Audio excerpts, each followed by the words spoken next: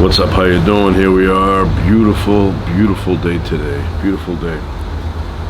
Have some nice cold water with ice. The way I like it. Nice and cold. That's delicious. I don't know. Something's in there. Tastes very good. So, talk a little bit about a place that I want to visit. I don't think my family wants to visit it, but I want to visit.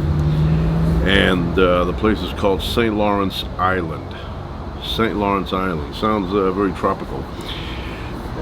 Been wanting to go there for many years. It's near Alaska. It's actually closer to Russia than it is to the US. But I have this fixation. I have to visit. I have to visit. So I've been talking about this for many years. Anybody who knows me knows that I mention St. Lawrence Island quite frequently, and there is a problem with that. You have to fly to Anchorage, right? Some big airport there. Then you have to switch. You have to go to Nome, Alaska. I don't know if big planes go to Nome. Maybe you can go straight to Nome. I'm not sure. Probably not, right? From Nome, you get a little propeller plane, little one, and you go from there to St. Lawrence Island. And so yesterday I was on the internet. I was on YouTube and looking around, and I put in St. Lawrence Island, see if anybody's been there, that doesn't live there. And even if they live there, if they shot any video. Delicious. So I found this person. Looks like he's in his 20s or something. Maybe he's older, but he looks young. He looks young. And he's done a few videos. I guess he lives there. And he's done a video where he goes to the supermarket. There's two of them, he says. And he shows the prices, which they're kind of high. But, that's the way it is if you have to ship everything that far. So I was looking at that, and I said, I got to get out there. I got to go and, investigate this place. And then he's got a few other ones where he goes around showing the area, and it's a lot bigger than I thought. I literally, when you look at it on a map, first of all, it's bigger than that in real life. The map is not actual size. But when you see the real stuff, the real, landscape, you realize it's very big. It's a big place. But on the map, it looks tiny. It looks very small. I don't know. I'd like to go up there for a few days, maybe even a week, who knows, and explore. I love those remote locations. Everybody goes to Florida, everybody goes to California, everybody goes to New York, everybody goes to Paris, everybody goes to London. Places like that, that's common. Everybody wants to see those places. I want to see the places people don't want to see that much. Like St. Lawrence Island, there's nothing wrong with it. It's just that, somebody would rather go to Hawaii. But I've been to Hawaii. Beautiful. Great coffee. But I want to go to St. Lawrence Island. And maybe if somebody sees this video and they can help me, not financially, but to, give me advice how to get there, what to do. I like to shoot video mainly, and explore. I'm not interested in the nightclubs there. I'm not a fan of nightclubs. Never was. When I was a kid, younger, I never went to those places. I've been in once, twice, and I said, that's loud music. I don't like it. And I like loud music in general, but I don't like loud music with those kind of people. They seem to me like they're under the influence. They're lit all the time. They have a very high opinion of themselves, conceitedness, all that stuff combined into one person is too much for me to be around. So I don't appreciate those places. Even now, don't like them. So You know, when I go somewhere, I want to be able to have a conversation. I want to be able to talk back and forth. I don't want to hear the bass and the drums only in a song. Anyway, I'm not going up there for that reason. But, you know, I'd like to go up there and just look at society. What do these people do all day? You know, what kind of work is up there that these people are occupied in? You know, I think there's like, I don't know, what, 1,000 people up there? 2 towns, 6 and 400. I know it's under 2,000. There's not a lot of people. They probably all know each other. So that's been on my bucket list for many, many, many years. I'd say probably like since the 90s. I remember looking on a map and it caught my eye. Caught my eye. It was way out there. You know, it's part of the U.S., but it's way out there. It's near Russia. And then that's another place I'd like to visit. That part of Russia. It's beautiful. I've gone to Google Earth and I've zoomed in that area. I've gone in and checked out the mountains and all that stuff. Beautiful.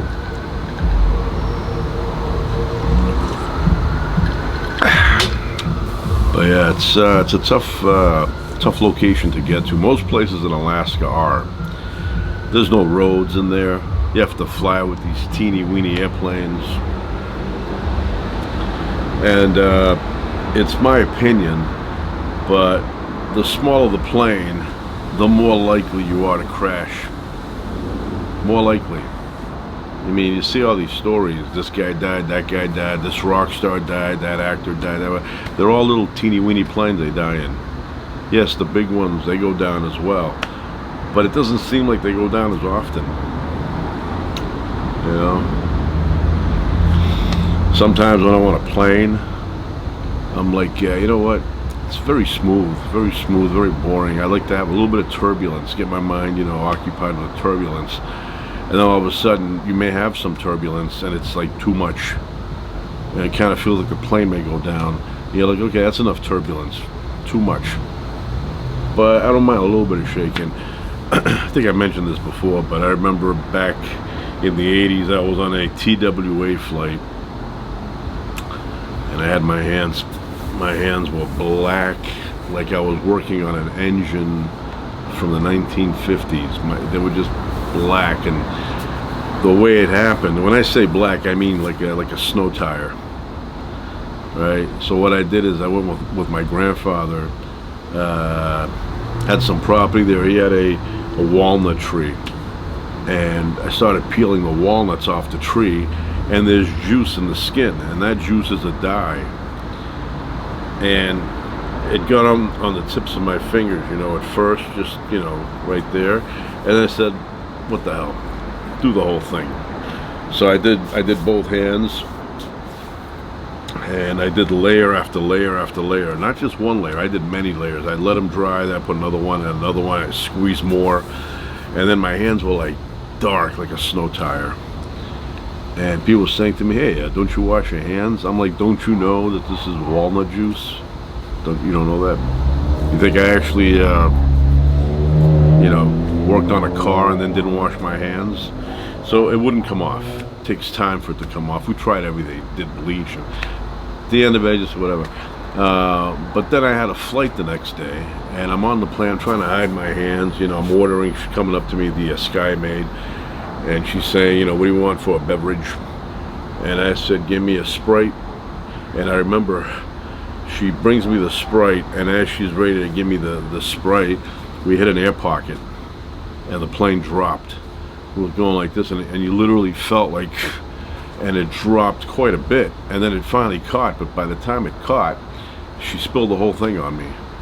And now all the attention is on me, because they're all over me, you know, with the towels, and they're apologizing. It's okay, and after, you know, my hands are out now, and I literally look like I've been digging ditches all day. So, and I could tell their eyes, they were looking right at my hands. They weren't looking at me, they were looking at my hands, which is the part of me, but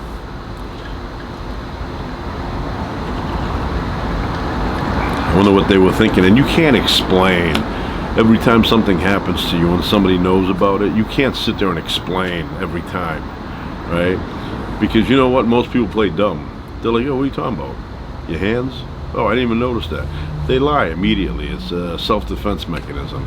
It's like if you've ever been maligned and you want to clear it up and go and tell somebody, "Yeah, just to let you know," and you tell them, even though you know they've heard something, the first thing they'll say to you is, "Oh, I didn't know that. I didn't hear that. I didn't know that." Meantime, they've heard it for years.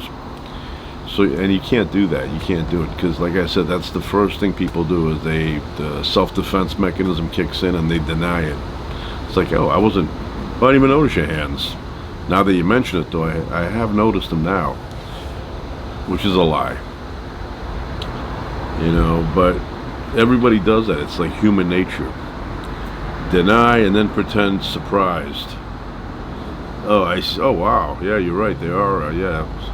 And then you explain it, and even though you've explained it and you think, oh, they believe it because that's the way it is, that's the way it happened, you realize maybe later on they're thinking in their heads, "Oh, that's a made up story.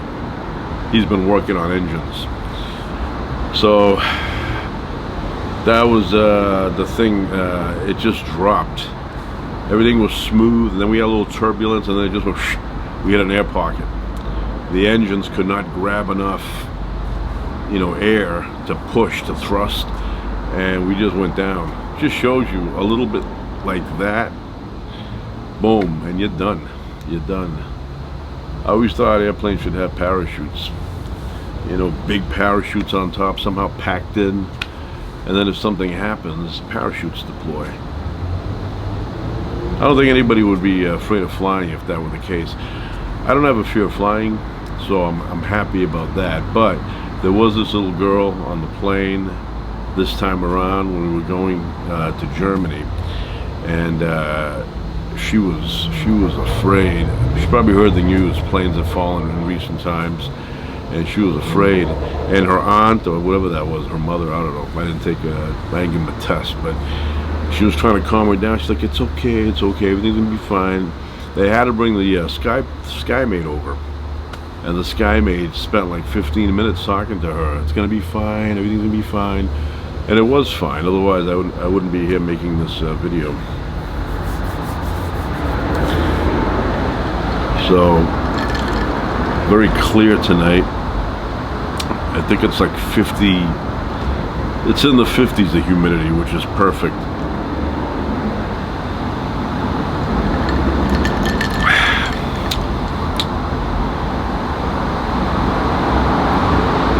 One of those quiet evenings.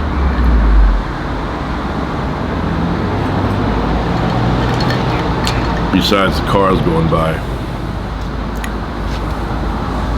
Oh, and I'll tell you this, in the old days on TWA, I was, they'd give you those old-fashioned headphones, and you'd wear them, and you had on the side of the seat, you had a thing that you'd spin, had like 0 to 9 stations, and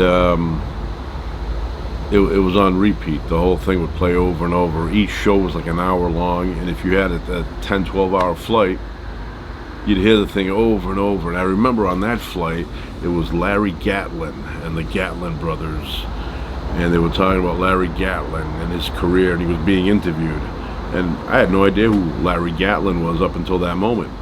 And they had a song in there, "All the Gold in California is in a bank in the middle of Beverly Hills," that song.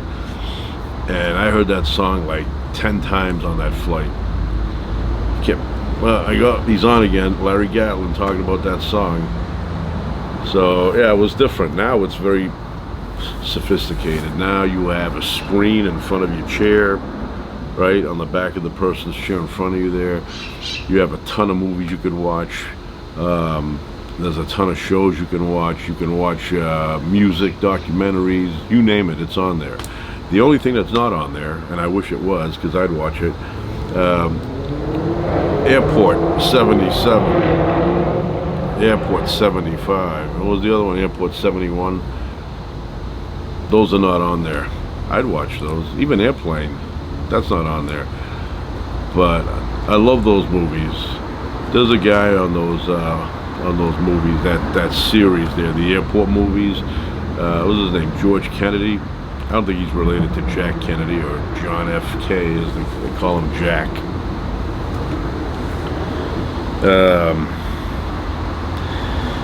I want to talk about this in a second.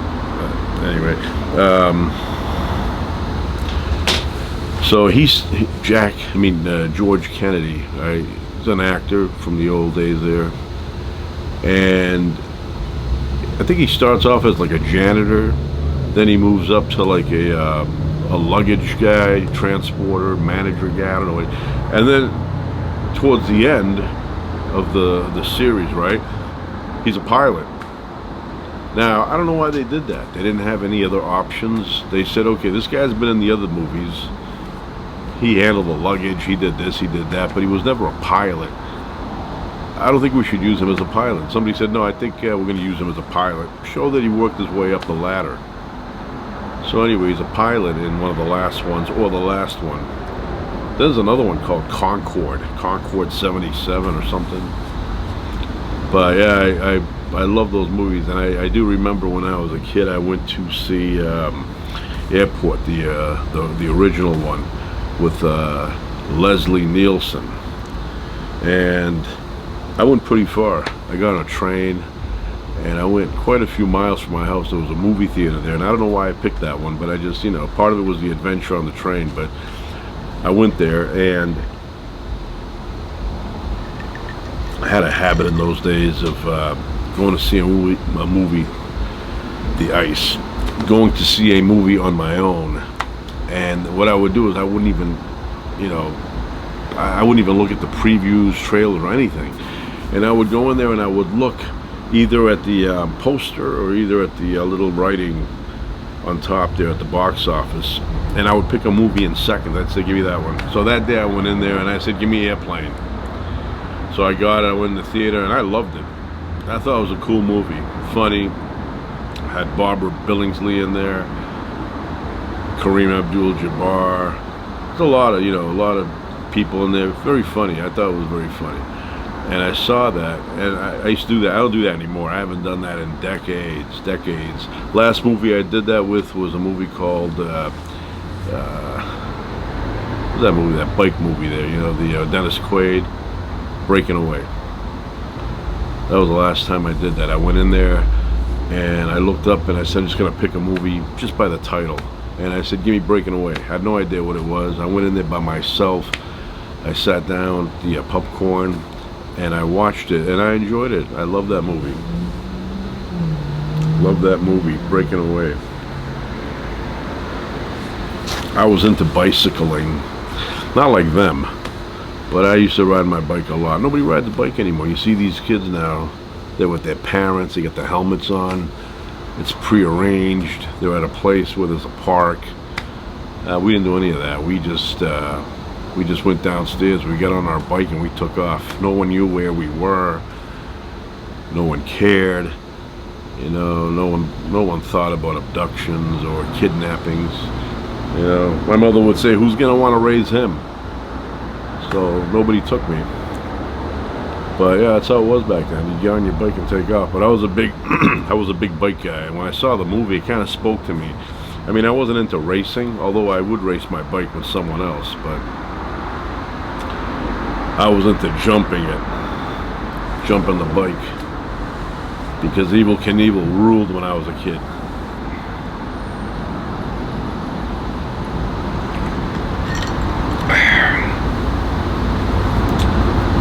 Everybody's inside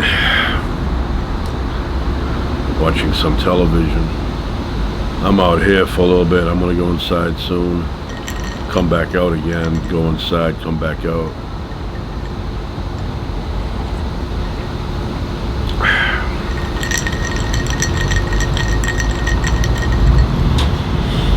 But yeah, I think even now I should try doing that. But I don't, I'm not into movies that are like, I'll give you an example. I'm going to say it again, I sound like a broken record with a scratch, but I cannot stand movies like Star Wars. Star Wars itself, I can't stand any of those. Anything connected with Star Wars, I don't like it. Lord of the Ringworms, I hate those kind of movies, can't stand them. I don't like fantasy movies. I like movies that are kind of like dramas, horror, comedy, suspense, that kind of stuff. I like those movies. I'll sit there, watch them. So I'll tell you a little funny thing that happened the other day. I get back, we land, from Germany there. Had a direct flight from Munich. And the night before I didn't sleep at all. I was just up because we had an early flight out. So I didn't sleep, and I was awake for, like 24 hours. And then on the plane I slept a little bit this time. Not like the first time when we went over, I slept all the way. But this time I had cat naps. Half hour here, 20 minutes there. It wasn't a full, sleep thing. So I was very jet lagged the next day when we arrived. And a couple of seagulls flying together peacefully. So we went to the movies. My bride, my daughters wanted to go see a movie, so we went, and I couldn't stay awake. I had the toothpicks in the front, and I was like, I couldn't keep my eyes. I'd close them, and they'd snap out of my face. Couldn't stay awake. And apparently, now I don't know this to be true, but according to my bride, I was snoring. So she'd give me a tap, which I thought was a little bit too much of a tap for that kind of a thing. You should tap me a little lighter. Startled me. So she woke me up a couple of times, and she said, they can hear you, meaning the people around us. So I got up, and I said, you know what, I feel very sleepy, and I can't keep my eyes open in here. It's very tiring. Now I can keep my eyes open outside because I wasn't just sitting there like a zombie. When I got out there, I left the theater and I went out to the lobby. I was awake, no problem. I walked around a little bit. But then if you're the only one out there, it starts looking a little strange. They start looking at you like, who's this guy? You see this guy's walking around? So I went in and I sat on a bench, right? And I pull out my iPhone, and on my iPhone I have Defender, that game. I was playing Defender. And then I kind of leaned back against the wall, and I closed my eyes, and I guess I nodded for a bit, And I kind of opened my eyes like that, and there was a guy standing in front of me, like 3 feet away. And I look at him, he's looking at me, and he's like, "You all right?" Oh wow, look at that. There's like hundreds of crows just out of nowhere. They just boom, popped up. It's like somebody said, "You can go now. Go." Tons of them. I don't know where these things hide all day. Tons. If I was a homeless guy, I'd have a slingshot, and I would eat crow 7 days a week with probably baked potatoes. Yeah, I don't know where they came from, but anyway. So he's standing there, and he, as I open my eyes, I see him. He's like, "You all right?" And I go, "Yeah, I'm all right."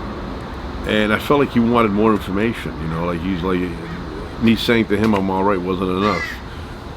It's like he wanted me to tell him why I dozed off. So I said to him, I said in my head first, I said, "You know what, I'm going to start off with just in general stuff." I say, "Yeah, I found the movie boring." And I guess he was in the movie that I found boring.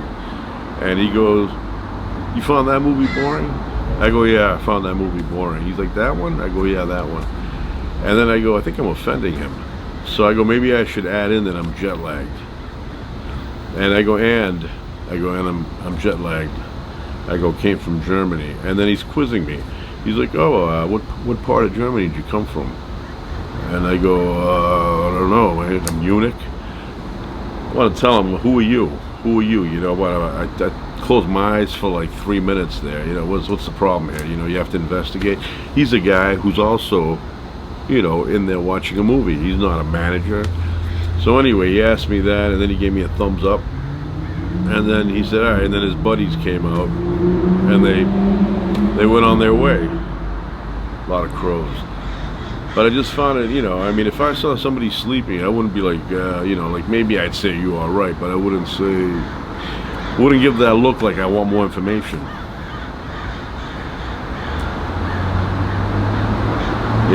So maybe he thought I was lit. Or he thought I was under the influence, but I wasn't, because I was speaking to him normally when I woke up. But anyway, the jet lag is over, and I'll tell you what happened. You know, I've been getting good sleep lately, you know, the past week after we arrived, good sleep. But one day, I went up at like 9 at night, and I slept through, and I got up at 4:30 in the morning, right? And I was well rested then. I said, I can get up now. But then I looked at my phone next to my bed, and I said, it's only 4:30. No one was up. What am I going to do at 4:30? Walk around the neighborhood? So I said, you know what? I'll sleep. And then I went to sleep again. I got up at 7:30. So from 9:30, whatever it was, I got up at 7:30. So I had a solid night's sleep. And the next day when I got up, I was like well rested. I was like, you know, where should I go hiking? And now, you know, I'm fine. But that first day back, you know, it was like I felt like I could sleep right now. And I did, but I had some dude, and he kind of looked like he belonged in the mountains somewhere. He had that look, you know, had that mustache, a little bit of growth, had a hat on, and you know, it kind of looked like a guy who came down from, you know, one of the Rocky Mountains or something. Can't believe how many crazy.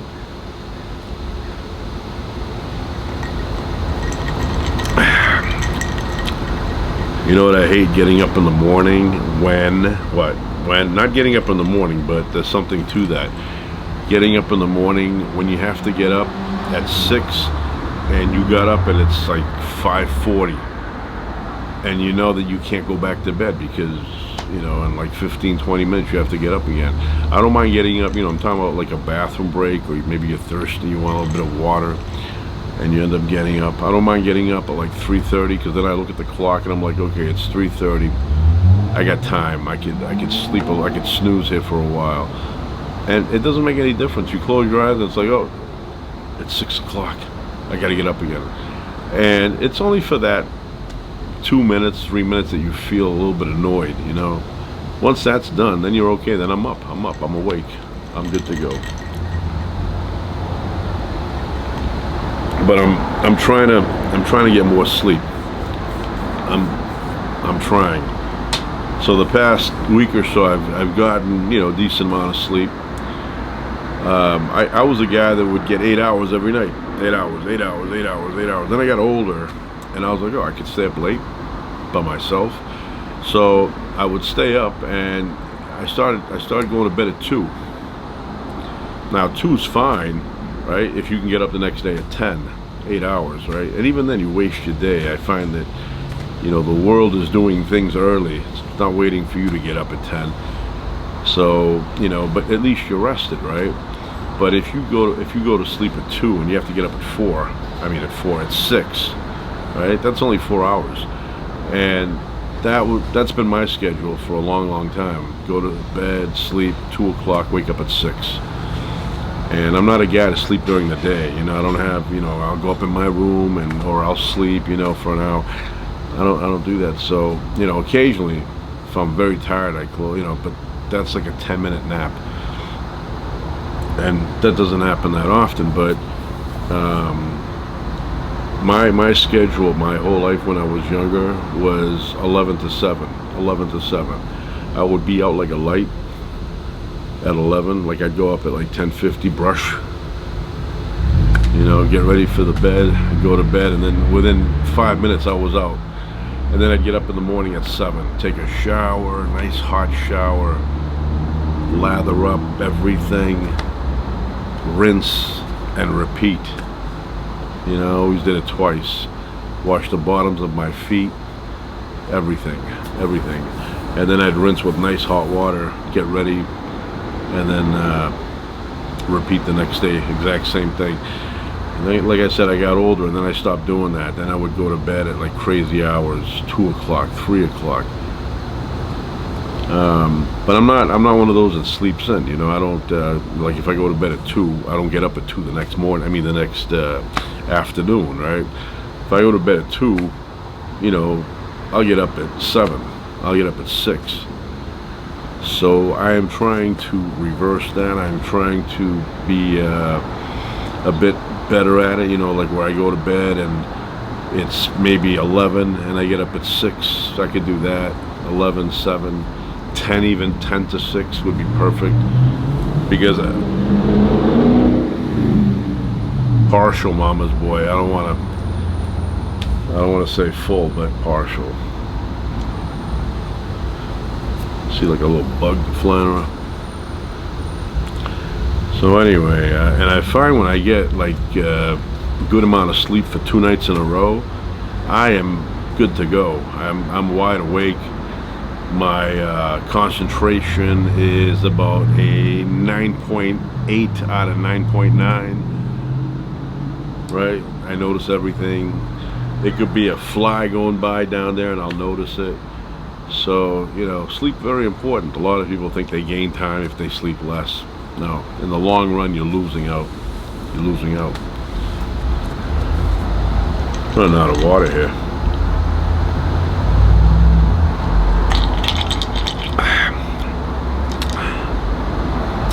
I'm going to tell you something about water. If you buy water, do not buy water that's totally filtered. Buy water where they filter it, reverse osmosis or whatever, but they add what? They add the minerals back. Minerals are what give the water flavor. I mean, not flavor like it tastes, oh, it's like, you know, mango. No, it gives it that, you know, that water flavor that you enjoy. You go, that's good water. Without it, the water is tasteless, and it's like you're drinking nothing but fluid air. You know, this water has minerals in it, and it tastes pretty good.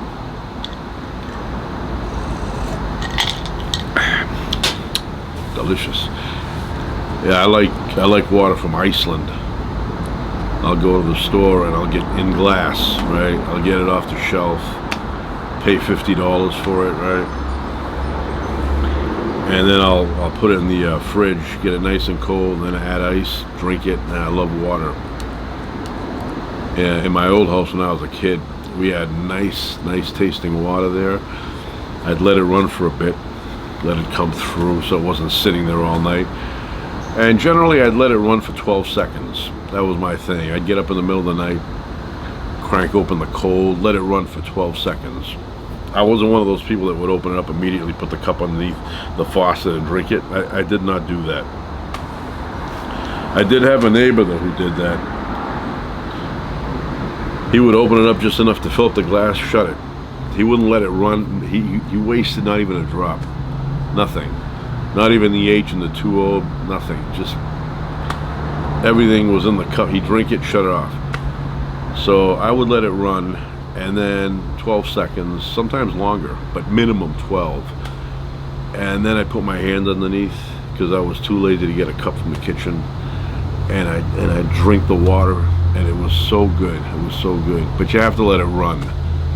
Do not drink water that's been sitting in your pipes. You know. I mean, the water sits in the pipes underground too, right? But because everybody uses it, it's only in there for a short period of time. It's not in there for like weeks where it absorbs all the crap.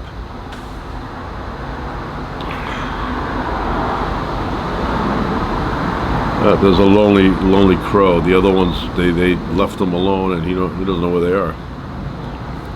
Somebody sent me a message. I better check it out.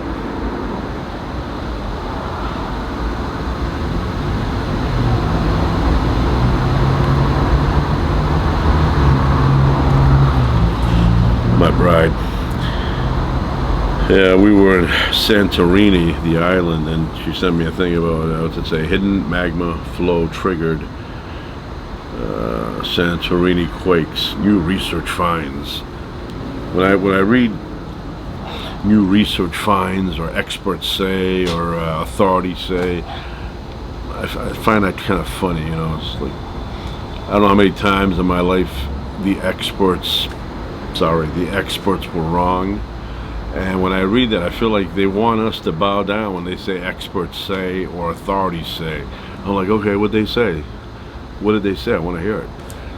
You know, Most times I don't care what the experts say because I don't even find them to be experts. How many times do the experts have to be wrong before we stop listening? Sometimes they're right. So you don't know. It's a guessing game. Sometimes they're right. You don't want to be always like, yeah, I don't listen to the experts. Sometimes the experts know what they're talking about.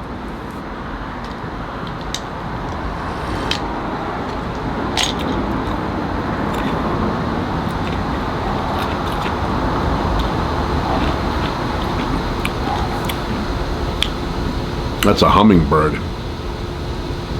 I find it amazing. They flap those wings like brrr, and then we get tired. Like they're that big. And so one time I still have it. I gotta fill it up with, I have a thing there, a feeder for birds, and I put in some sweet water. It's like pink color. It's an eye catcher. And the hummingbirds, 9 times out of 11, right? Hummingbirds will find that within a day, and they go up there and they're flapping. So I had a camera on one of those one time. I had a camera on the sports mode, and I was videotaping the hummingbird. And then I went inside and I played it in slow motion, and you could see. But I'm like, I don't know. They don't get tired. Hummingbirds. To kill a mockingbird. That's a different bird. I don't know where it went now, but it was right there, flapping away. Anyway, I may be back. You never know. And maybe not. But I may be back. All right. Ciao for now.